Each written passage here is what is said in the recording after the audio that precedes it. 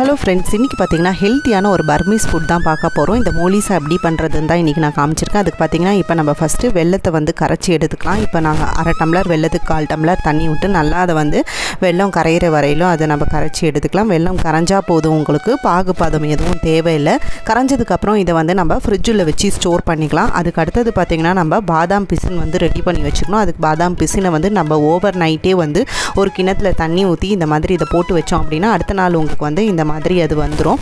இதை வந்து ஃப்ரிட்ஜில் ஸ்டோர் பண்ணி வச்சுக்கலாம். இதுவும் நம்மளுக்கு வந்து தேவைப்படும். அடுத்தது பார்த்திங்கன்னா நம்ம அரிசி மாவில் கொழுக்கட்டை மாவு கலர்ற மாதிரி நம்ம வந்து கலரி எடுத்துக்க போகிறோம்.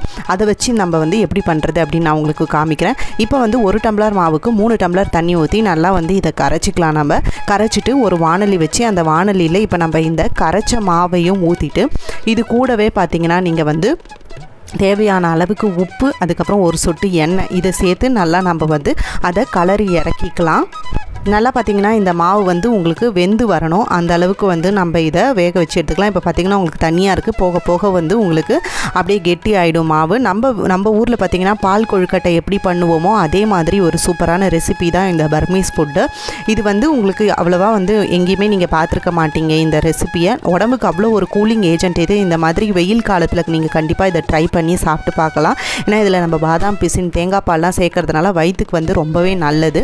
இப்போ இதை நம்ம சூடாக எடுத்து வச்சுப்போம். இந்த சூடான மாவை ஐஸ் கட்டி போட்டு ஒரு தண்ணி எடுத்து வச்சுருக்கேன். நம்ம உடனே கூல் பண்ணுறதுக்காக அதில் போட்டோம் அப்படின்னா உங்களுக்கு வந்து கரையாத கொள்ளாத அப்படியே அந்த நீட்டாகவே இருக்கும் அந்த கொழுக்கட்டை அப்படியே உங்களுக்கு.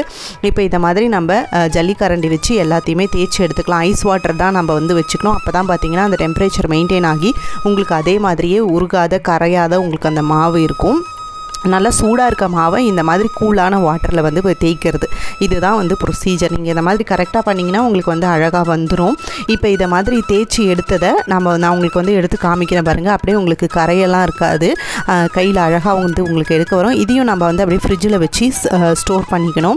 ஸ்டோர் பண்ணிட்டு சர்வ் பண்ணும் போது இது எல்லாமே நம்ம ஜில்லுன்னு போட்டு சர்வ் பண்ண போகிறோம். எவ்வளோ அழகாக வந்திருக்கு பாருங்கள்.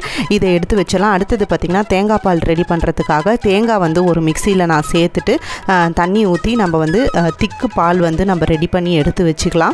இப்போ நான் வந்து பால் எடுத்துட்டேன், உங்களுக்கு காமிக்கிறேன். இதையுமே நம்ம வந்து ஃப்ரிட்ஜில் ஸ்டோர் பண்ணி வச்சுக்கலாம். ஃபைனலாக இதெல்லாம் நம்ம வந்து ஒரு கிளாஸில் ஊற்றி குடிக்க போகிறோம். எல்லாத்தையுமே மிக்ஸ் பண்ணிவிட்டு அவ்வளோ நல்லா டேஸ்டியாக ஹெல்த்தியாக இருக்கும். குழந்தைங்கள்லேருந்து பெரியவங்க வரையிலும் எல்லாமே குடிக்கலாம். இப்போ பார்த்திங்கன்னா நம்ம கிளாஸில் வந்து இது சர்வ் பண்ணிடலாம். ஃபஸ்ட்டு பார்த்திங்கன்னா நம்ம செஞ்சு வச்சுருக்க அந்த மோலிஸாவை சேர்த்துக்கலாம், அரிசி மாவில் பண்ணது. அதுக்கப்புறம் பார்த்திங்கன்னா பாதாம் பிசின் ஒரு 2 ஸ்பூன் சேர்த்துக்கலாம்.